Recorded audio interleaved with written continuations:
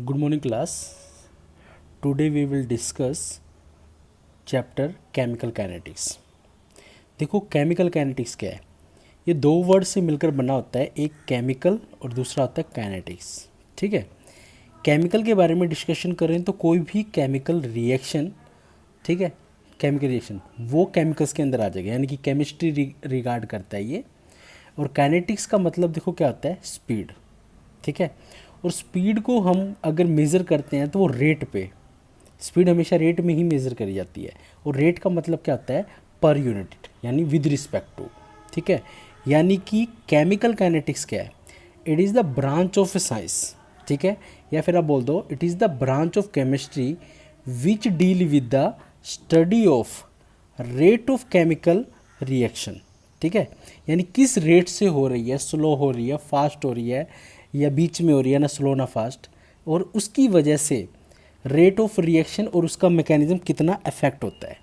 Right, the branch of science which deal with the study of rate of reaction which affect the rate of reaction and its mechanism, that is known as chemical kinetics. Clear है, यानी कि उसको हम chemical kinetics बोलते हैं। अभी मैंने बोला हम इसको फिर क्लासिफिकेशन करेंगे, classification on the basis of rate of reaction. ठीक है, तो रेट ऑफ रिएक्शन को हम 3 तरीके से क्लासीफाई कर देते हैं। ठीक है, एक है आपका वेरी फास्ट, ठीक है, बहुत ज़्यादा फास्ट। एक है आपका मॉडरेट, यानी कि ना फास्ट ना स्लो, और एक आपका वेरी स्लो। ठीक है, तो ये चीज़ें वेरी फास्ट के अंदर मैं अगर डिस्कस करूं तो जो इंस्टेंटेनियस हो जाए, यानी कि बिल्कुल फास्टली हो जाए, यानी जैसे आपने क्या किया, एग्जांपल ले लेता हूं, अगर आप एक बिकर, ठीक है, मान लो ये आपने एक बिकर ले लिया जिसके अंदर NaOH था। ठीक है, ऊपर से आप इसके अंदर HCl मिला दो, तो NaOH और HCl दोनों स्ट्रॉन्ग, एक स्ट्रॉन्ग एसिड और एक स्ट्रॉन्ग बेस है, दोनों मिलते न्यूट्रलाइजेशन रिएक्शन शो कर देंगे। ठीक है, यानी कि मैं इसके अंदर एग्जांपल दूं तो आयनिक रिएक्शन हो जाएगा वेरी फास्ट के अंदर। तो NaOH और HCl को मैं मिक्स करूं तो हमारा क्या बनता है, ठीक है, NaCl और वाटर, ये न्यूट्रलाइजेशन, यानी कि ionic reaction are the example of very fast rate of reaction. फिर आपका आता है मॉडरेट। मॉडरेट के अंदर ना फास्ट ना स्लो। ठीक है, तो इसका एग्जांपल आप ले सकते हो हाइड्रोलिसिस ऑफ सुक्रोस। सुक्रोस का फॉर्मूला क्या होता है, C12H22O11, शुगर भी बोलते हैं हम इसको। वाटर मिलाएंगे in the presence of acid, it will break down into glucose as well as fructose and both have a same chemical formula. Right, the third one classification is very slow. Very slow means बहुत ही, जो एक दिन या within a month perform हो जाए। ठीक है, the example is a rusting of iron, क्योंकि आपको पता है लोहे में जंग एक दिन में तो लगता नहीं है। ठीक है, कपल ऑफ मंथ्स में लगता है। ठीक है, तो वो रिएक्शन सारी किसके अंदर आ जाएंगी, आपकी वेरी स्लो के अंदर। ठीक है, तो वो क्या है आपका Fe2O3 x molecules of water. अब आता है आपका रेट ऑफ रिएक्शन। ठीक है, रेट ऑफ रिएक्शन क्या होता है, change in concentration of reactant और product with respect to time, यानी कि एक रिएक्टेंट और प्रोडक्ट में कितना चेंज आया विद रिस्पेक्ट टू टाइम, हम उसका रेट ऑफ रिएक्शन लिखते हैं। मैं एक रिएक्शन मान लेता हूँ जो रिएक्टेंट से प्रोडक्ट में कन्वर्ट हो रही है, तो मुझे इसका रेट ऑफ रिएक्शन लिखना हो तो rate of reaction decrease in concentration of reactant और टाइम इंटरवल। सिमिलरली मुझे प्रोडक्ट का लिखना हो तो increase in concentration of product with respect to time. ठीक है, इस चीज़ को समझने के लिए ना मैं एक एग्जांपल ले लेता हूँ। ठीक है, मान लो हमने एक गिलास ले लिया। ठीक है, एक गिलास, ठीक है, इसके अंदर हमारा 100 ml वाटर था। ठीक है, तो मैंने यहाँ पे टाइम ले लिया। ठीक है, टाइम मेरा एक रिएक्टेंट से प्रोडक्ट में चेंज होएगा। जब टाइम t0 था, ठीक है, मैंने उसके अंदर शुगर मिलाई ही थी। जैसे ही मैंने शुगर मिलाया, मान लो मैंने कितना 5 ग्राम शुगर मिलाया।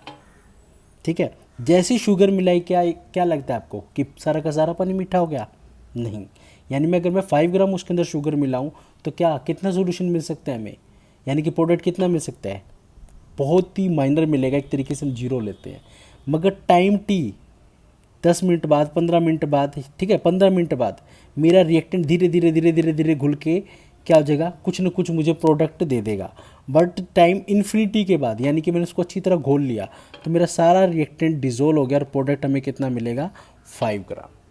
यानी कि धीरे धीरे रिएक्टेंट किस में, अब देखो रिएक्टेंट कम होता गया, प्रोडक्ट बढ़ता गया जैसे जैसे टाइम बढ़ा, ठीक है, यानी डिक्रीज इन कंसंट्रेशन। समझ रहे हो ना, जैसी चीनी डाली तो अब देखो चीनी 5 ग्राम थी, जैसे ही डालने लगे ना कम होने लग जाएगी, टाइम बढ़ते जाएगा चीनी कम होती जाएगी, बट शुगर सॉल्यूशन बढ़ता जाएगा। क्लियर, यानी decrease in concentration of reactant with respect to time interval, increase in concentration of product with respect to time interval. तो मैंने क्या किया, rate of reaction is equal to minus, minus क्यों लगाया, क्योंकि रेट हमारा रिएक्टेंट का क्या कंसंट्रेशन डिक्रीज़ हो रही है और हमारा प्रोडक्ट की कंसंट्रेशन इंक्रीज़ हो रही है। और एक बात और समझ लेना, अगर कोई आपसे पूछे यहाँ पे ये माइनस क्यों लगा, एक तो माइनस का मतलब मैंने आपको बता दिया, एक्चुअल में माइनस का मतलब क्या है, रेट ऑफ रिएक्शन कभी भी हमारा नेगेटिव नहीं होता। नेगेटिव ना होने के लिए अगर मैं आपको थोड़ा सा एग्जांपल फिजिक्स में लेके चलता हूँ, आप बाइक या स्कूटी ड्राइव करते हो, ठीक है, तो आपने देखा होगा कि जैसे ही आप रेस देते हो ना, तो जीरो से रीडिंग मतलब स्पीड बढ़ने लग जाती है, 0 से 10, 20, 30, 30, 40, 50। कभी ऐसा तो नहीं है अगर आप स्पीड बढ़ाते हो, अगर आप स्पीड बिल्कुल कम कर दो जीरो के बाद भी, तो ऐसा तो नहीं है ना कि नेगेटिव हो जाता है, -10, -20, -30। नहीं, रेट कभी भी नेगेटिव नहीं होता इसके चक्कर में। अगर हमें पता है कि रेट ऑफ रिएक्शन यानी रिएक्टेंट की नेगेटिव में वैल्यू आएगी, इसीलिए हम क्या करते हैं, ऑलरेडी बाहर नेगेटिव लगा के रखते हैं, जो नेगेटिव नेगेटिव को क्या कर देता है, पॉजिटिव कर देता है। क्लियर, तो रेट ऑफ रिएक्शन नेगेटिव, एक तो नेगेटिव का मतलब डिक्रीज हो रहा है और दूसरा नेगेटिव का मतलब जो आप एक्चुअल में बताओगे, rate of reaction can never be negative, कभी नहीं होती, इसके लिए हम इसलिए नेगेटिव लेके चलते हैं। क्लियर, चलो अब मैं एक रिएक्शन ले लेता हूँ, PCl5 PCl3 प्लस PCl, ठीक है, प्लस Cl2। इसका रेट ऑफ रिएक्शन लिखना हो तो ठीक हो, डेल्टा लगा दिया मैंने, ये जो मैंने ब्रैकेट लगाई है कंसंट्रेशन बोलते हैं इसको, ठीक है, डेल्टा मतलब चेंज, कंसंट्रेशन PCl5 माइनस लगा दिया, इज इक्वल टू ये आपका क्या है, प्रोडक्ट, देखो ये प्रोडक्ट है, ये आपका रिएक्टेंट है, ठीक है, तो plus delta PCl3 divided by delta T is equal two plus delta Cl2 divided by delta T, ठीक है, ये आपका रिएक्टेंट का था, ठीक है, और ये दोनों आपके किसके हैं, प्रोडक्ट के। अब आप इसको क्या लिख सकते हो, आप इसको लिख सकते हो रेट ऑफ डिसअपीयरेंस, अपीयरेंस, क्यों, क्योंकि आपको पता है ये कुछ टाइम बाद रिएक्टेंट क्या हो जाते हैं, ख़त्म हो जाते हैं, डिसअपीयरेंस। तो मैं इन दोनों को क्या बोल सकता हूँ, अगर कोई अगर पेपर में पूछ ले आपको रेट, तो ये बोलेगा रेट ऑफ अपीयरेंस, समझ गए, अपीयरेंस जो हमें दिखता है। तो मैं रेट ऑफ डिसअपीयरेंस को मैं ये भी लिख सकता हूँ रेट ऑफ डिसफॉर्मेशन, ठीक है, और फिर प्रोडक्ट को क्या लिख सकता हूँ, रेट ऑफ फॉर्मेशन भी लिख सकता हूँ, ठीक है। तो पेपर में कई बार पूछते हैं, इसके ऊपर हम न्यूमेरिकल भी करेंगे बाद में, ठीक है। अब आता है, देखो मैंने रेट के बारे में आपको बता दिया, रेट 2 टाइप का होता है आपका, एक होता है एवरेज रेट और एक होता है आपका इंस्टेंटेनियस रेट।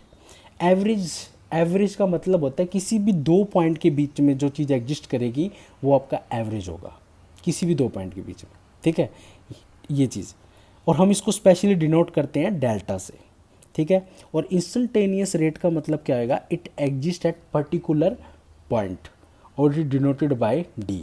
मैं एग्जांपल लेता हूँ, जैसे आप कहीं ड्राइव करके जा रहे हो और एकदम से घर या फैमिली से फ़ोन आ जाता है कि हाँ जी आप कहाँ हो, ठीक है, तुम बोलोगे कि मैं भाई एग्जांपल के लिए कि मैं मुरथल रोड पे हूँ, ठीक है, पर्टिकुलर पॉइंट पे, मैं इस पॉइंट पे यहाँ पर खड़ा हूँ, ठीक है। तो ये चीज़ होगी आपकी इंस्टेंटेनियस, यानी एक पर्टिकुलर पॉइंट पे आपकी स्पीड कितनी है बाइक की, आप कहाँ खड़े हो, ये चीज़ ऑब्जर्वेशन में आता है आपका इंस्टेंटेनियस रेट के लिए।